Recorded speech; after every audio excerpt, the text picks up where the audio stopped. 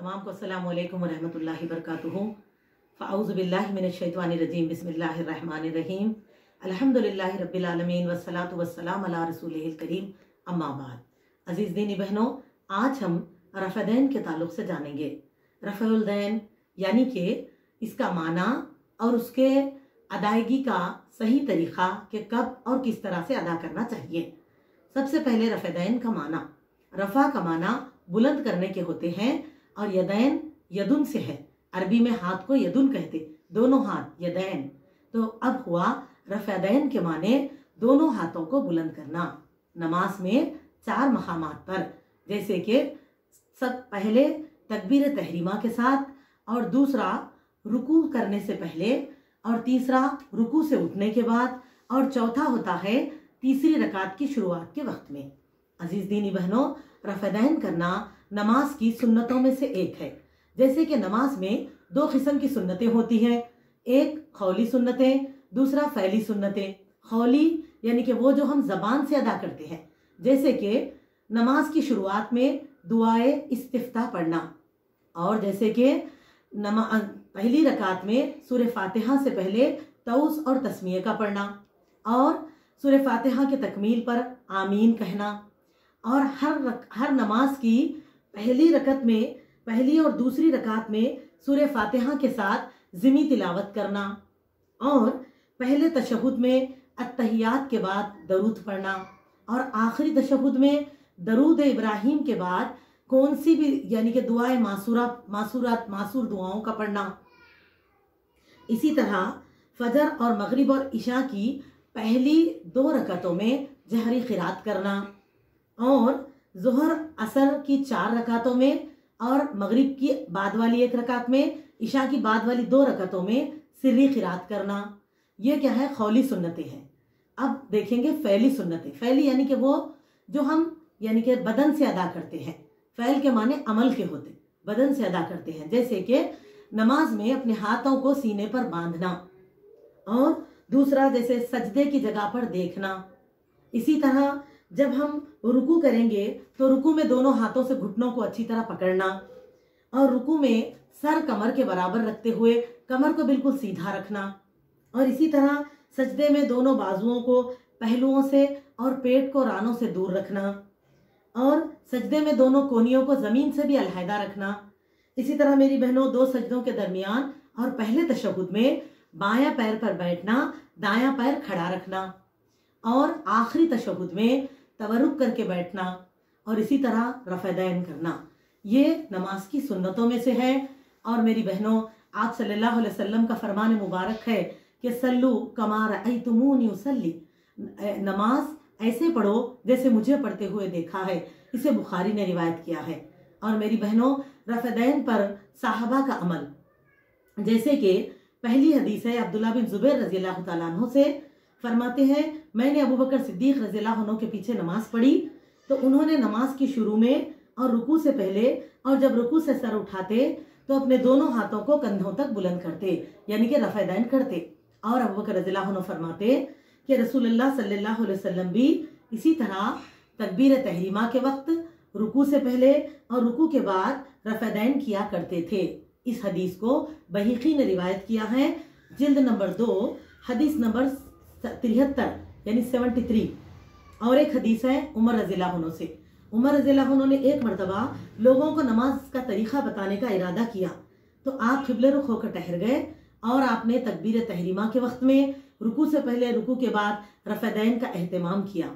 इस हदीस को बहीक़ी ने रिवायत किया है। अजीज़ दीनी बहनों, सैयदना अली रज़ियल्लाहु अन्हु फरमाते हैं कि आप सल्लल्लाहु अलैहि वसल्लम नमाज की शुरू में और रुकू में जाने से पहले और रुकू से सर उठाने के बाद और 2 रकातें पढ़कर खड़ा होते तो तीसरी रकात की शुरुआत से पहले रफ़दैन किया करते थे। इस हदीस को अबू दाऊद ने रिवायत किया है।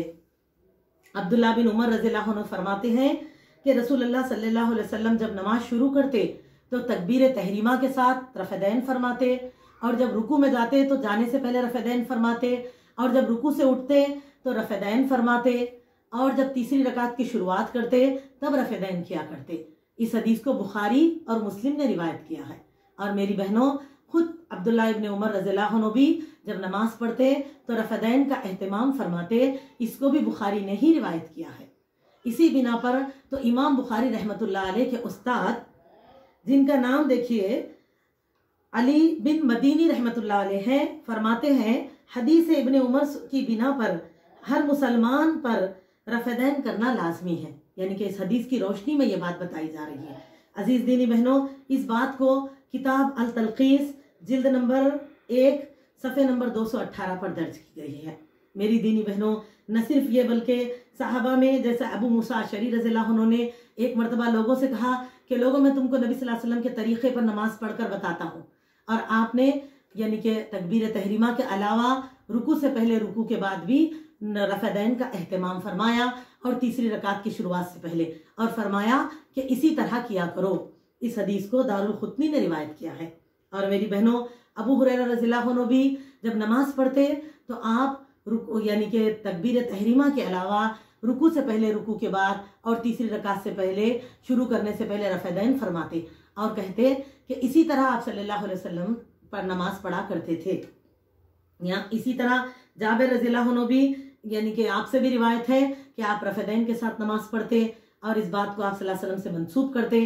اسے ابن ماجہ نے روایت کیا ہے. اور میری دینی بہنوں، یہ بات بھی حق ہے کہ کچھ لوگ یہ کہتے ہیں کہ ہاں آپ صلی اللہ علیہ وسلم جب مکے میں تھے تو رفدین کرتے تھے، یا مدینے کی پہلی ابتدائی زمانے میں رفدین کیا کرتے تھے، لیکن بعد میں رفدین نہیں کیا کرتے تھے. تو میری عزیزوں، اس ضمن میں ہمیں وائل بن حجر رضی اللہ عنہ کی حدیث میں ملتی ہے. آئے دیکھیں، وائل بن حجر رضی اللہ عنہ ایک ایسے صحابی ہیں جنہوں نے 9 ہجری میں اسلام قبول کیا تھا، اور وہ آپ صلی اللہ علیہ وسلم کے ساتھ وقت گزارے، اور اس اثنا میں نبی کریم صلی اللہ علیہ وسلم اور صحابہ کرام رضی اللہ عنہ رفدین کے ساتھ نماز پڑھتے تھے. یہ وائل رضی اللہ عنہ کے الفاظ ہیں. اور فرماتے ہیں پھر جب میں 10 ہجری میں آپ مدینہ آیا تو رسول اللہ صلی اللہ علیہ وسلم کے پاس، تو آپ صلی اللہ علیہ وسلم کے ساتھ میں نے نماز ادا کی. فرماتے ہیں کہ میں نے آپ صلی اللہ علیہ وسلم کو دیکھا جب آپ نماز شروع کرتے تو اپنے دونوں ہاتھ کندھوں تک اٹھاتے، یعنی کہ رفدین کرتے اور اللہ اکبر کہتے، پھر اپنے ہاتھ کپڑے میں ڈھانک لیتے اور سینے پہ ہاتھ باندھ لیتے، اور جب رکوع کرتے تو رکوع سے پہلے اپنے دونوں ہاتھوں کو چادر سے نکال کر کندھوں تک بلند کرتے، پھر کپڑے میں ڈھانک لیتے، اور پھر جو ہے جب رکوع سے اٹھتے تو اس کے بعد بھی آپ اپنے ہاتھوں کو کندھوں تک بلند فرماتے، اور اسی طرح تیسری رکعت کی شروعات سے پہلے. میری دینی بہنوں، اس حدیث کو مسلم نے کتاب الصلاۃ میں درج کیا ہے. تو میری بہنوں، اس سے یعنی کہ پہلی بات تو چادروں میں ہاتھ ڈھانکنے سے مراد یہاں پر مفسران دین یہ بیان کرتے ہیں کہ اس وقت کیونکہ سردی کا موسم تھا، اس کی وجہ سے سب چادریں اوڑھے آئے تھے، اور اس وجہ سے چادروں کے اندر سے بھی رفدین کیا جا رہا تھا. اور دوسرا دیکھیے 10 ہجری میں آپ صلی اللہ علیہ وسلم سے انہوں نے ملاقات فرمائی، حالانکہ آپ صلی اللہ علیہ وسلم 11 ہجری کے ابتدا میں ہی اس دنیا فانی سے کوچ کر چلے. تبھی تو میری دینی بہنوں کہ رفدین کرنا سنت رسول اللہ صلی اللہ علیہ وسلم ہے. ہاں ادا اگر ہم کریں تو اس بات کا بھی ضرور خیال رکھیں کہ رفدین صحیح طریقے سے ادا کریں، جیسے کہ یعنی کہ دونوں ہاتھوں کو اچھی طرح کندھوں تک اٹھائیں یا کانوں تک.